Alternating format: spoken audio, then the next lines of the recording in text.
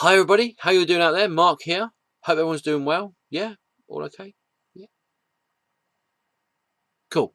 Right. Yeah, I've noticed there's been a fair few videos going around with the title of "Get to Know a Comic Nerd" tag, and I've sort of like traced it back to the original video, and I've got there's 10 questions, and you answer the questions as honestly as you can, and yeah, I'll try and do this for under 2 hours because most of my videos usually go on for about 2 hours. But I'll try and this whole thing was started by 1904 Comics or 1904 Comics. I'm not quite sure how you pronounce how you emphasize the numbering on that, but it was started by him. So I'll put a link down below somewhere with the original video on it, and it does seem to be a bit of a free for all for tagging people. So if you haven't done this video, feel free to do so. I'm tagging you now. Yeah. Right, 10 questions. First question, name. Hi, I'm Mark. How you doing? I say at the beginning of every video, it's Mark. You know, I think nothing amazing about that. I won't give my full name out. If you're friends with me on Facebook, or you're a member of the YCC, or you're following me on Twitter, you know my last name as well. I don't give my last name out on video because I don't feel I need to more than anything else. Suffice it to say, if my dream of becoming an actor came to fruition, I would have to change my name. Well, I'd have to have a stage name because my actual name is being used by another actor comedian at this time. Uh, I'll say that if you really want to know, he was in the Fast Show and the Harry Potter movies. That's what I'm saying on the matter. So yeah, but that, yeah, my name's Mark. Hello.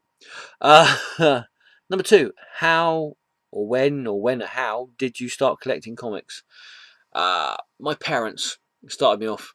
Yes, they thought it would be a really good idea for me to read comic books to help me with reading and writing, and it worked. I've got dyslexia amongst other wonderful, weird and wonderful things, and I have found that reading comic books really does help with that. I think it's a great way to get kids to read. You know, they have the whole thing of a visual aid of, you know, the pictures and also the words as well. So getting your kids to read comics is a really good way of getting them used to reading and interested in reading as well. Brilliant. Uh, Number three, what were the first comics you started collecting? I think the first comics I started collecting, my very first comic that I got was The Flash, and I think it was number 282. I've shown it in previous videos before, way back. I'm sure it was Flash 282, and I found it in a little woody bit at the back of this field in the village I used to live in that was used as a football pitch, and there was a bonfire there. Somebody had this bonfire in this woody bit, and there was all these bits of old comics that were burnt. You know, there's like corners of comics and that were being obviously put in this bonfire. And there was one comic, this copy of the Flash, that was just sat there.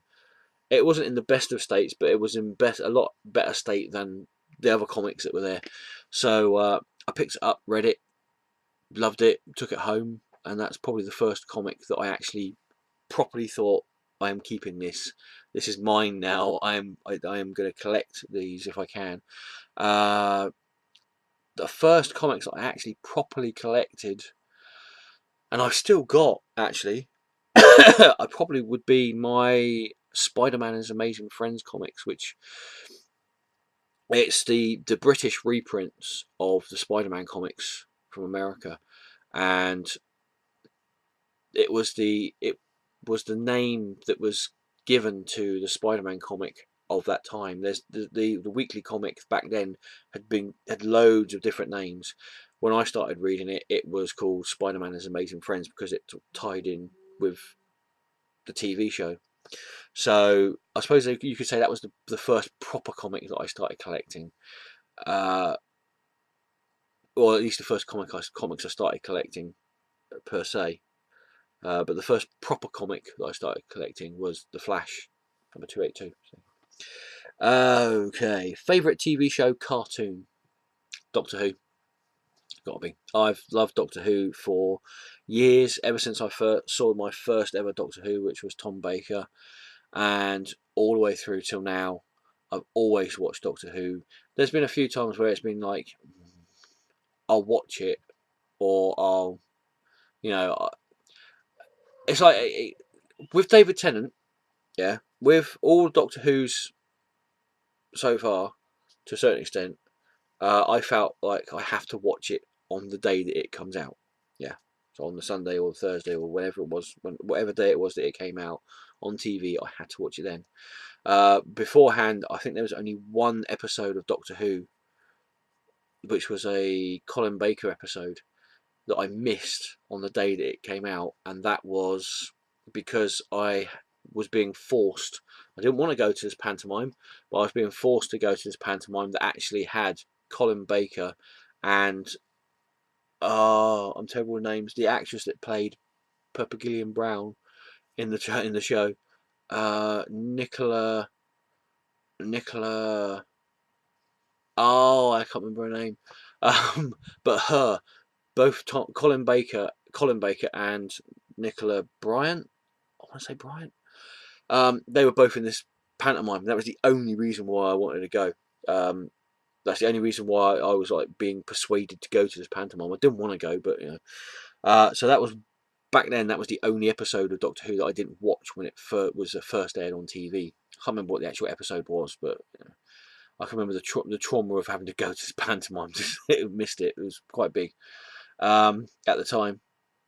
But the only other time I didn't watch the Doctor Who episodes when they first come out was with Matt Smith. I think I saw the first like 3 or 4 episodes that he was the Doctor in, and it was like I've got to watch these.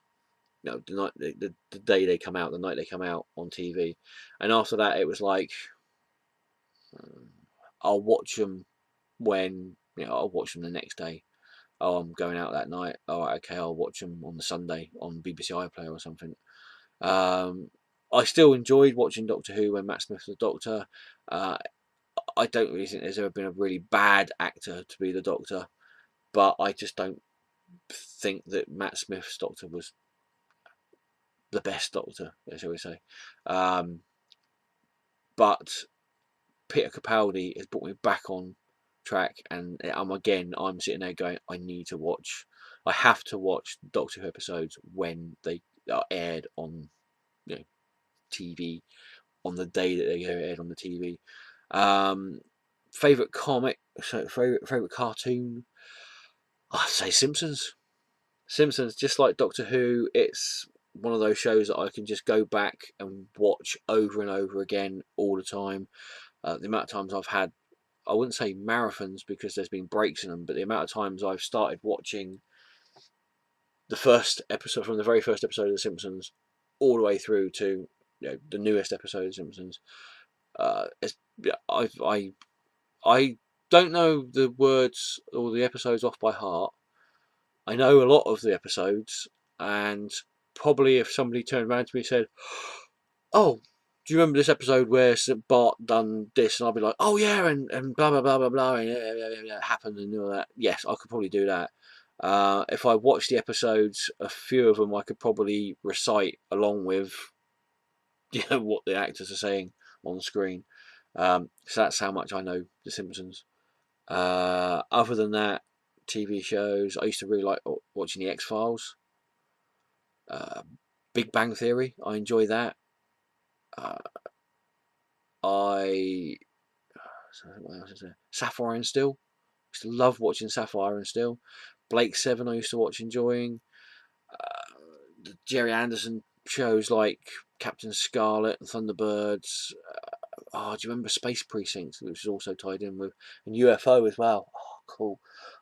Um, Yeah, cartoons as well. Family Guy, American Dad, Futurama. Uh, the Cartoon Network cartoons like Dexter's Laboratory and Bravo and Powerpuff Girls and Ed, and Eddie. I used to love watching those as well. So yeah, but my main favourite ones that I could always watch would be Doctor Who for TV show and Simpsons for cartoon. Do you have any pets? Yes, I have two. One is the ferret over there. He's asleep in his cage, called Kirby, named after Jack Kirby. Uh, I suppose he's really the girlfriend's pet, but I care for him and care about him as much as anybody would with a pet in the household. And the other one is, you go, come here. Yeah, I'm talking to you. Hello, Purdy. You've probably seen her on a few videos in the background and that. I don't want to pick her up because she's quite skittish. We inherited her. Inherited her? Adopted her, I suppose you could say, from my niece and her husband when they could no longer look after her, unfortunately. Um, so we sort of adopted her. Sorry, it's 12:30 at night here. I don't want to do this one. This time. So we sort of adopted her. So yeah, we've also had, again, if you've seen previous videos, we've had rats here as well, which are just amazing creatures. They are so intelligent and so emotional. They just have so much love for other rats and humans as well. It would be a case of I'd come home through the front, go through the front door, walk through the living room, and they would be up at the cage door, sort of like banging on the door, shaking it for me to let them out. And when I go over to the cage, they'd run along and run up and start licking me and grooming me and all this and everything. And I'll be like, okay, I'm home. They're almost like dogs. So, they're like, it's the big hairless rat that feeds us and plays with us. Yay, he's come back. Um, but yeah, ferrets are awesome as well as pets. You'll never be unhappy if you've got a ferret running around your house. And cats are just cool. Simple as that. Cats are just cool. So there you go. But yeah, at the moment, one cat, one ferret. Unfortunately, no rats. That might change. I don't know. We'll see. Okay, what else? Where do you live? Here. This is my home. Every time I do a video that you guys watch, I am ushering you into my home. Um, if you want me to be a bit more specific than that, I'm English, so I live in England. I know that doesn't necessarily go hand in hand, but I actually am in England and I live in England. If you couldn't tell that by my accent, you know. Uh, if you want me to be even more specific, then I live in Hampshire in England, which, all according what map or what weather forecast you're looking at, or who you're talking to, Hampshire is in the south of England or the southwest of England. Like I said, it's all according who you talk to. So I live in Hampshire. I live in a town in Hampshire. Hampshire's a big county. Yeah, Hampshire is a big county, and I live in a little town that's actually in Hampshire. Uh, so there you go. I don't live in London, which not every English person lives in London. Just to make sure about that. So yeah, that's where I am. What cereal do you like? I'm taking this as breakfast cereal. Yes, was it breakfast cereal? Sure, it's breakfast cereal. Yes, it was breakfast cereal. Yes, I'm not really a big cereal fan. If you ask, if I'm to be brutally honest about it, um, does Jack Daniel's class as a cereal? No, not even if you put a no. Okay. I suppose I think things like Cocoa Pops and cornflakes and uh, Weetabix and Frosties and all that. I'll eat them if they're around. If they're in the cupboard and I've got milk, I'll eat those. Uh, I suppose if the thing that I always go back to, uh, one of my sisters used to be a nanny, a living nanny with for a couple who had kids. Obviously, it'd be a bit weird if she was a living nanny and they didn't have any kids. But yeah, so she was a living nanny with this couple who had kids, and she looked after the kids. And I don't know how much this has got to do with anything, with what I'm gonna the breakfast that I like to have, the most, if anything. I don't know how much standing this has got to do with it, but they were Jewish. Now, I don't know whether this is something that Jewish people eat, or whether it's something that Jewish people in the UK eat, or whether it's just something that this family ate that they liked and they just so happen to be Jewish. I don't know. But and if you're Jewish and you're in the UK or anywhere and you say, well, actually, yes, we do eat that. Yeah, it's something we all eat. It's something, it's sort of like something that we have to eat. I don't know, but it's porridge oats, the stuff that you make porridge with, so porridge oats and drinking chocolate or powdered chocolate of some description and milk, and that's it. And you get a bowl of porridge oats and you put drinking chocolate or powdered chocolate over the top of it, and then you pour milk on, cold milk, and you mix it up and you eat it as is. I'm feeling hungry now. Yeah, I have no idea what it's called. I just call it porridge, drinking chocolate milk, breakfast stuff. Uh, it's something that I've ate for, wow, since I must have been about like probably about 10 years old, I think. Well, how old was my sister when she was my sister must have been around about 17, 18 years old when she was a nanny. So I must have been around about 7 or 8 years old when she like would come back home to visit, and she would have this for breakfast, and I was like, how did you get that from? Oh, the people that I look after the kids for, this is what they have for breakfast. Do you want to try some? It's got chocolate in. Yes. Does the Pope shit in the woods? So yes. So that's it. Porridge oats, drinking chocolate, and milk, all mixed up, not heated up, not put in the microwave, just cold as is. Oh, great. Um, your birthday month. I'm a Pisces, if that's anything to go by. Uh, March. There you go. I am March, baby. Yes. Um, do you have any phobias? Yes. One of them's quite ironic actually, because Spider-Man is probably one of my favourite heroes in comic books. But I have agoraphobia. No, arachnophobia. Couldn't say that. I have arachnophobia. Yes. It's not as bad as it used to be. When I was younger, I just used to completely flip out totally with it. I used to hate spiders. I still don't particularly like them. If it's a toss up between me and the girlfriend getting rid of a spider, unfortunately it's me who has to get rid of it.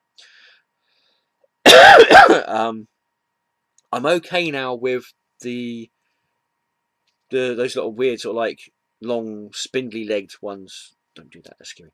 The long spindly legged ones with a really sort of small body, I can pick them up and chuck them out now and go, get out of it. Yeah, I can do that. The slightly fatter ones but smaller, I can get rid of them. But basically anything that's got a body bigger than my little thumbnail, or about the same size as that, yeah, you're on your own. I go all Ripley on them. I'm like, get away from her, you. Flamethrower and exoskeleton comes out, and I'm oh, get the glass and get the glass and the cardboard, and then I still crap myself when they sort of like jump out at you, sort of thing. So yeah, I don't like spiders, and heights as well. I hate heights. I don't mind flying because it's a different kind of thing, and it's really weird because when I'm flying, I like to be in the window seat so I can look out and see all what's around me. Really weird, but if I mean, where I work, we've got forklifts, and they have these cages that go on the forklift, and sometimes you've got to go into the cage and then go up in the cage. It's all safe. You go up in the cage on the forklift, and you like have to count that. I can't do that because my body just shuts down. My brain and everything sort of keeps on working. Luckily enough, my muscles, tense up, so nothing escapes. But my body just sort of goes and freezes and shuts down and that. And there's been a couple of occasions where somebody's gone, "Oh yeah, if you just go up in the cage and do this," and I'm like, "Really? You want me to go? Okay, I'll go up in the cage and we'll see how far we get."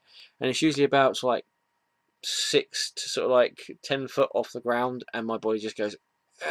It's like rigor mortis, but I'm still breathing. It's weird. So yeah, heights. Don't like heights. So yeah. And finally, 10th question: how did you come up with your YouTube name? It's my initials with 00001 at the end of it. It's as easy as that, really.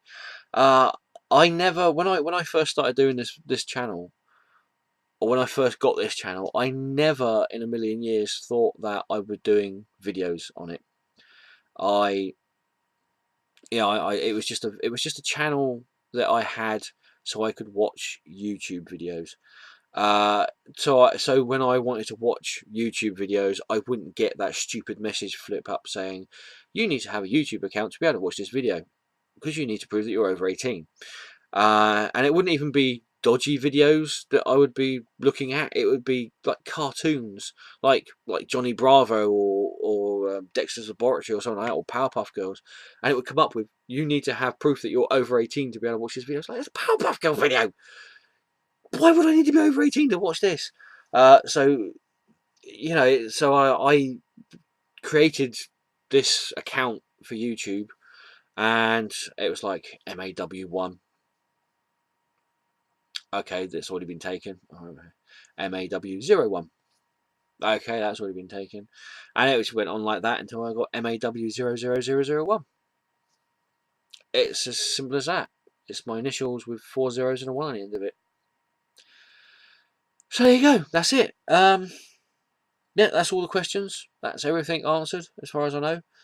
So yeah, tagging people. If you've seen these videos and you haven't done one and you want to be tagged, then you're tagged. You're it. Go forth and make your video. I will copy and paste the questions and stick them down the bottom in the description bit thing when I put this up. And yeah, that's it really. I'm going to go home now. I'm going to go home. I'm going to go to bed now. So that just leaves me to say thank you for watching. If you want to comment on this video, feel free to do so down the bottom there. It's all fairly self-explanatory. Below this bit, it's all pretty self-explanatory really. Comment, subscribe, thumbs up, thumbs down. But if you do thumbs down, say why you thumbs down. There you go. Have fun doing these tag videos if you haven't done one already. Or if you want to do another one again and you just want to change your answers, feel free to do so. And I will probably see you guys later at some point in time, somewhen, somehow, in some format, whatever. Ta-ta for now.